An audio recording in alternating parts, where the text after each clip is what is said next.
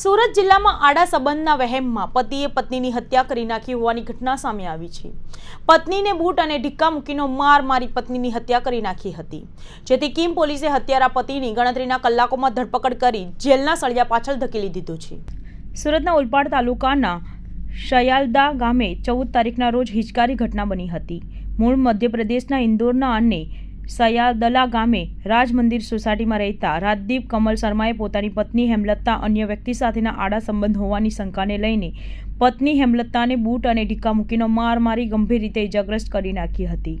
હોસ્પિટલે સામાન્ય સારવાર બાદ 18 તારીખ સુધી ઘરે સુવડાવી રાખી હતી।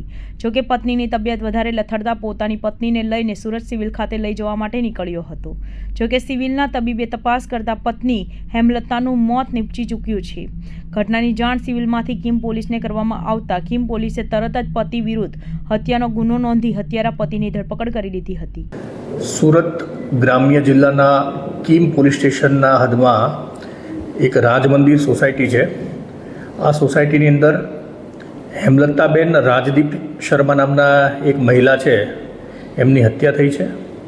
આ હત્યામાં પ્રાથમિક દૃષ્ટિએ એવી હકીકત ધ્યાનમાં આવી છે કે હેમલતાના પતિ રાજદીપ શર્મા છે, એણે તેની પત્નીને અન્ય પુરુષો સાથે સંબંધ છે એવો વહેમ રાખી તારીખ 14/3/2024ના દિવસે આના પતિ રાજદીપ છે એણે એની પત્ની હેમલતાને કોઈ અન્ય પુરુષ સાથે જોયેલી, જેને અદાવતમાં એમણે ઘરે આવી અને એની પત્ની હેમલતા છે એને પોતાના હાથથી અને શૂઝનો ઉપયોગ કરી અને એને મારકૂટ કરેલી હતી, જેના કારણે એને સારી એવી ઈજાઓ થયેલી હતી।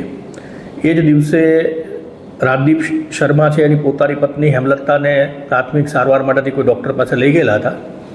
ત્યાર પછી 18મી માર્ચના દિવસે એટલે 4 દિવસ પછી હેમલતાની તબિયત બગડેલી હતી અને એમના પતિ જે છે રાજદીપ શર્મા એ સિવિલ હોસ્પિટલ સુરત ખાતે લઈ ગયેલા અને એ સુરત સિવિલ હોસ્પિટલમાં લઈ જતાં પહેલાં જ એમનું મૃત્યુ થયેલું હતું એવું ડૉક્ટરે જણાવ્યું હતું।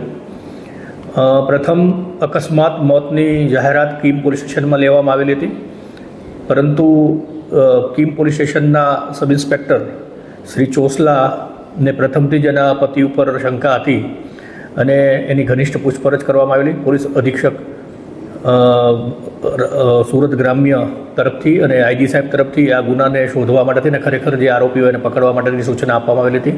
શ્રી હિતેશ જોયસર સાહેબના આગેવાનીમાં પીએસઆઈ શ્રી ચોસલાએ ઘનિષ્ઠ પૂછપરછ કરેલી અને એમાં એવી હકીકત જાણવા મળી કે પતિએ જ એની પત્નીની હત્યા કરી છે।